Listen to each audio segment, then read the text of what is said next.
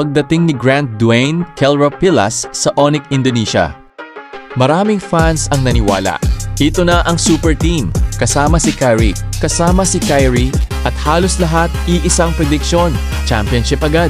Pero sa pinaka-importanting laban, nabigo ang Onyx Indonesia na masungkit ang MPLID Season 17 title. Sa Grand Finals ng MPLID Season 17, natalo ang Onyx sa Bigetron by Vitality sa score na 4-1. Dahilan para maging runner-up sila ngayong season. Ang tanong ngayon, ano ba talaga ang nangyari? Kulang ba sa chemistry, pressure, o sadyang mas malakas lang ang kalaban? Nang opisyal na sumali si Grant Dwayne Kelra Pilas sa Onyx Indonesia. Hindi lang Pilipinas ang nagulat, pati Indonesia. Isa siyang malaking pangalan sa MLBB Esports. Kilalang aggressive, clutch, at kayang bumuhat sa pinakamahihirap na laban. Kasama si Danny James Kyrie Del Rosario. Akala ng marami, ito na ang championship formula. Lumabas pa na si Kelra ang naging isa sa standout players ng regular season at kinilala bilang top performer ng Onyx sa MPLID Season 17. Kapag Onyx ang pangalan, championship ang expectation.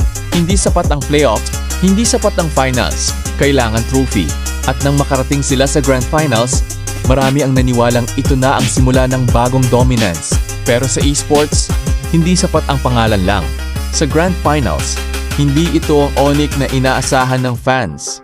Game after game, unti-unting nawawala ang momentum. At sa kabilang side, sobrang init ng Bigetron by Vitality. Ang tuluyang kumuha ng championship matapos talunin ang Onyx sa dominanteng 4-1 series. Kabilang ang mabilis at malinis na objective control sa early games. Hindi inaasahan, hindi predicted ng marami, at para sa fans, masakit panoorin. At dito nagsimula ang debate. May ilan ang nagsabing hindi gumana ang Kelra experiment. Pero fair ba yon?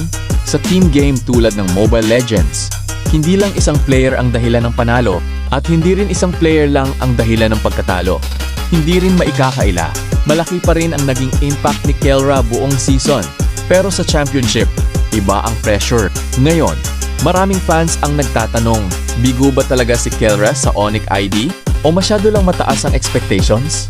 Dahil tandaan, unang season pa lang niya. At sa esports, minsan, ang pagkatalo ang simula ng mas malaking comeback.